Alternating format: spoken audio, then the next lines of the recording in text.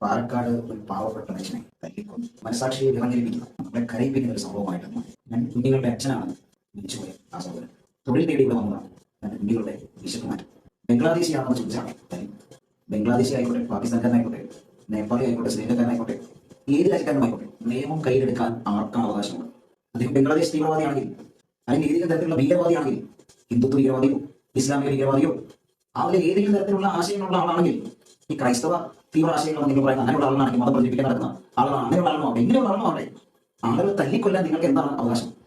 നമുക്ക് സാക്ഷര സമ്പന്നമായ നാടല്ലേ നമ്മളെ കുറിച്ച് പറയുന്നത്. ഇവിടെയുള്ള ഹൈന്ദവരും മുസ്ലിം ക്രൈസ്തവരും ഒരു സൗകര്യമുണ്ട്.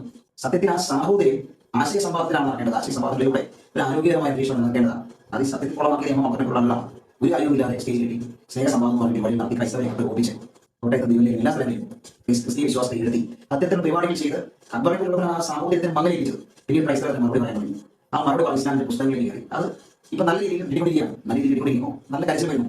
അത് വേറെ തീവ്ര ഹിന്ദുത്വ സംഘടനകൾ ഉത്തരേന്ത്യയിൽ ക്രൈസ്തവരെ മതപരിവർത്തനം എന്ന് ആരോപിച്ച്, നിർബന്ധിത മതപരിവർത്തനം എന്ന് ആരോപിച്ച് ചെയ്യുന്ന അതേ പരിപാടിയാണ് ഈ പാവപ്പെട്ട ചെറുപ്പക്കാരോട് ചെയ്തത്. തല്ലിച്ചടക്കുകയാണ് നോർത്ത് ഇന്ത്യയിലൊക്കെ. നമുക്ക് കാണുന്ന വാർത്തകളാണ്. തല്ലിച്ചടക്കുകയാണ്. ഈ പാവപ്പെട്ട സഹോദരനോട് ഇവർ അതിനെ ചെയ്തത്. ബംഗ്ലാദേശിയാണ് നോർത്ത് ഇന്ത്യയിൽ മതപരിവർത്തനം നടത്തുന്നു പറഞ്ഞ് ദേശീയ മുടക്കി അവർ നടത്തിയത്. ഇസ്ലാമിക ഭീകരവാദികളും ഇങ്ങനെ ചെയ്തതിലുള്ള വ്യത്യാസം നോർമലായിട്ടുള്ള ഹിന്ദുവോ അല്ല ഇവിടെ നോർമലായിട്ടുള്ള മുസ്ലിമോ ഈ പരിപാടി ചെയ്തില്ലല്ലോ. മതം തലക്കി പിടിച്ച ആളുകളാണ് സത്യത്തിൽ ചെയ്യുന്നത്. ഇസ്ലാം ആണെങ്കിലും ഹിന്ദുത്വമാണെങ്കിലും അത് ആ നിലയിൽ പ്രാവർത്തികമാക്കണം. എന്നാൽ ഇസ്ലാമിക രാഷ്ട്രം സ്ഥാപിതമാകണം, ഹിന്ദുത്വ രാഷ്ട്രം സ്ഥാപിക്കണം. ആ നിലയിൽ ആശയം പിന്തുടരാനാണ് പരിപാടി ചെയ്യുന്നത്. വളരെ വേദനയുണ്ട് ആ ചെറുപ്പക്കാരനെ തല്ലി കൊല്ലുന്നത് കണ്ടിട്ട്. എങ്ങനെ സഹിക്കാൻ പറ്റും അദ്ദേഹത്തിന്റെ കുടുംബത്തിന്? നമുക്ക് എല്ലാവർക്കും വീട്ടിൽ കുഞ്ഞുങ്ങളും വീട്ടിലൊക്കെ ഉള്ളതല്ലേ ഇങ്ങനെ ആൾക്കൂട്ട വിചാരണ നടത്താൻ ആർക്കുള്ള അവകാശമുള്ളത്? ഇതൊക്കെ തന്നെയാണ് പാകിസ്ഥാനിൽ സംഭവിക്കുന്നത്. പാകിസ്ഥാനിൽ ബംഗ്ലാദേശിലൊക്കെ മതത്തിനെ ആലോചിച്ചിട്ട് ആളുകളെ കൊല്ലുന്നത് തന്നെയാണ്. ലോകത്ത് ജീവിക്കുന്നത് ഇങ്ങനെ തന്നെ നടക്കും. നമ്മുടെ ഈ നാട്ടിൽ ഇവിടെ സംഭവിക്കാറുണ്ട്. ശരിയാണ്, സ്ത്രീ ഉണ്ട്, എല്ലാവരും ഉണ്ട്. ഈ ദിവസം വർഷം കൈ കൊട്ടിയതാണ്, ശരിയാണ്. അതുപോലെ സംഭവങ്ങളെ ആവർത്തിക്കുന്നതാണ് നമ്മൾ ചിന്തിക്കുന്നത്. പാവപ്പെട്ട ആളെ തല്ലിച്ചടച്ച് അദ്ദേഹത്തെ കൊന്നുകളഞ്ഞ കാമാലികളെ നിങ്ങളോട് ആര് ക്ഷമിക്കും?